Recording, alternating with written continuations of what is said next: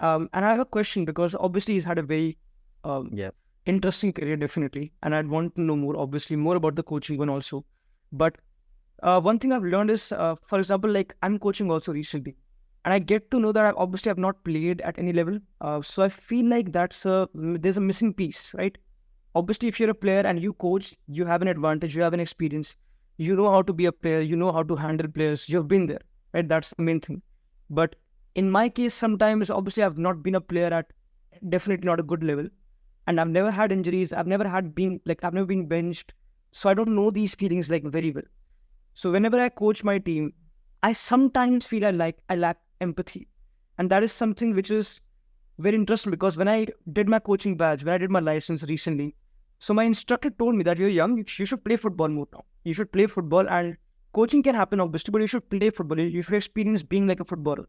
What is it like to feel like a footballer, to be benched, to being kicked, to feeling when a coach is screaming at you from the sidelines? Because I do that, so for me it's very easy. Yeah, I have a plan, you follow the plan, and you like whatever. But I have never been injured. I've never been in those scenarios, and I definitely feel I lack a lot of empathy. Because I think only game knowledge, only tactical things, only taking sessions, it's not enough. You should know the players, you should know them inside out, you should be there. So I just want to ask, like, obviously I'll play and I start playing, but how can I sort of fill in that? Or is there a different route I should go? How do I feel more? How should I substitute for a lack of playing career to help me as a coach? Yeah, I think you're being harsh on yourself because I think there's some great coaches that haven't played at the highest level. Yep. And I've worked with coaches that have played at a low level that have been excellent, and I've worked with coaches also that played at the highest level and are quite good. But there's also ones that haven't really succeeded, having played at the high level to coach at a very high level.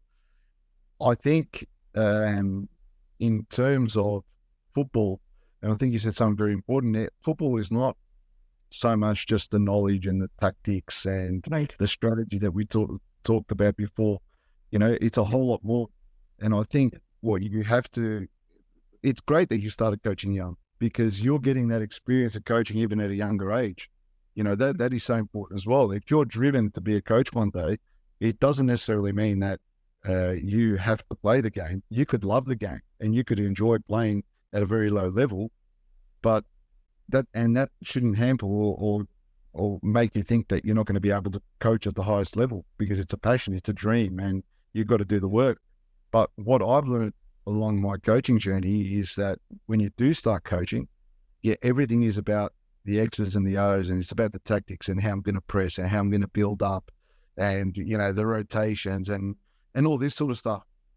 But as you go on, that knowledge, that part of knowledge is great and you need to have it because it's important because that's the main business, isn't it? You need to have that knowledge or else the players are going to think, who's this guy? He doesn't really know what he's doing. He doesn't really have an idea. And you need to have a style of play and a philosophy and a way that you do things. That's so important. But what I've grown to learn in my journey is that you also need to have a life philosophy, and you're still young and you're getting old and you're growing and you're going to have more experiences away from football that you're going to be able to bring in football to help develop your players, to help get your players to that level you want them to be. A life philosophy is so important. And what I'm talking about is, believing in the values that make you tick. And you really need to go deep and to say, okay, what are those things that make me who I am? You know what I mean? Like I could say straight away 4 values that represent who I am. And I try to bring in my environment that will create an environment that players will learn off so that they can be that too. And they can learn from that to be able to bring the football to life. Because I think without a life philosophy, I call it a life philosophy, underpinning a football idea, a football philosophy that you believe in, it's going to fall apart because it's the values and who you are as a person that's going to hold up whatever vision of football it is that you want your team to play. What's my process? What's my game plan? What's my strategy? How are we going to train for it?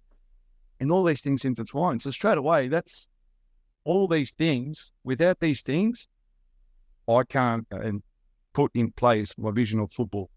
And I think they're the platform, they're the foundation that allows you to do that. And you'll learn that through your daily life. You'll learn that through your interaction with people every day, not necessarily on the football pitch. Maybe we can learn that on the football pitch and we do it through football, but it doesn't mean that you don't learn it through your daily life in different ways. And people, you know, you don't have to be a footballer to find out what values make you tick and what you really believe in to be able to achieve things. So I think, yeah, whether you play at the top or not, it's your interaction with people, your personal skills, and it's being human to understand humans, not footballers. And the minute we start understanding the human as a human, not just as a footballer, we go a long way to helping them understand and reach their dreams, and then together as a team achieving something. And if you've got that personal skills, yeah, it comes a long way to surpassing some of the great players that try to coach sometimes, you know, because if they haven't got that, it brings a lot of problems into the environment.